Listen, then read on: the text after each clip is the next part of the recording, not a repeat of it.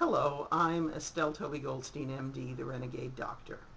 This is the sixth in a series of free lessons teaching you how to set rates that are fair to your patients and compensate you fairly for your level of experience and training. If you haven't seen the earlier videos in this series, please watch those before continuing with this one. I've already discussed how to evaluate your fees by making a self-inventory to discover your unique qualities and how those qualities help determine your niche.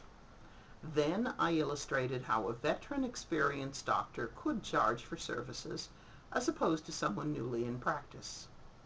Since you are only human and you've had years of conditioning by the establishment, I know you're going to have objections to raising your rates, even if you know in your heart that you need to do it. The most common fear is, if I raise my rates, I will lose patients. My advice is never raise the rates on existing clients. Only charge the higher fees to new clients. You have a relationship with your existing clients, and that relationship is worth a lot of business over the course of years. You don't want to lose that relationship by squeezing out a couple of extra bucks. I have patients in my practice at 3 payment levels. The ones who came to me when I first started are still paying what they did 6 years ago. Then I have some patients who have been added since the first time I adjusted my rates. And now I've recently adjusted my rates again in mid-2008 when the economy dictated that I must do so to keep my business solvent. The difference between what the oldest patients pay and what the newest patients pay is a factor of 4. So over the course of 6 years, my rates have quadrupled. But I've never raised my fee to someone who has already seen me. Likewise, if a patient refers a family member or friend, I honor the rate that the patient is getting.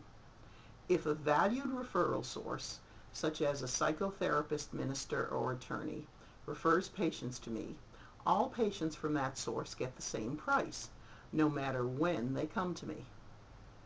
But let me bust the myth that raising your rates will scare potential patients. Consumers perceive value based on cost. Which is better, a handbag from Gucci or from Walmart? Which would you rather eat if I took you to lunch, a sandwich from Burger King or one from the old Homestead Steakhouse in Boca Raton, Florida? The biggest myth is that all customers shop for and buy the lowest price. In an earlier lesson, I told you about the many factors that customers value. Price is not always at the top of the list. If you review Lesson 3, you will see a dozen or more reasons other than low price why people make a purchase. At the time I'm recording this video, the economy is lousy, so you might object that raising rates is the wrong way to go.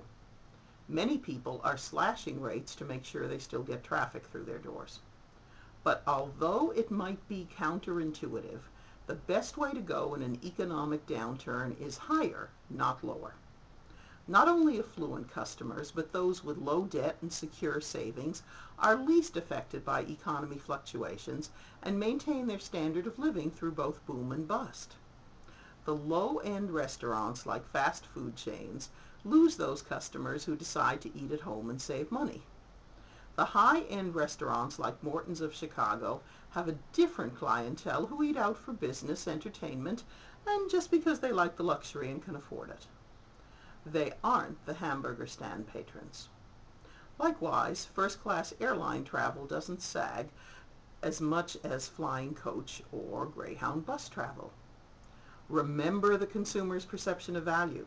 If it sounds too good to be true, then it probably isn't. If you decide to slash your rates to undercut your peers substantially, you may scare people away. They may think you aren't as competent and they won't get as good results. A high fee makes people feel secure that they are in the best care possible. The Mayo Clinic or Menninger Clinic may not even notice an economic recession, whereas a neighborhood clinic might suffer terribly. Pardon me for laughing. I can't help but think of Lucy in the comic strip Peanuts, who is often found in a converted lemonade stand on her mother's lawn with a sign that reads "Psychiatry 5 cents." Of course, if she consulted me, this is what she would look like.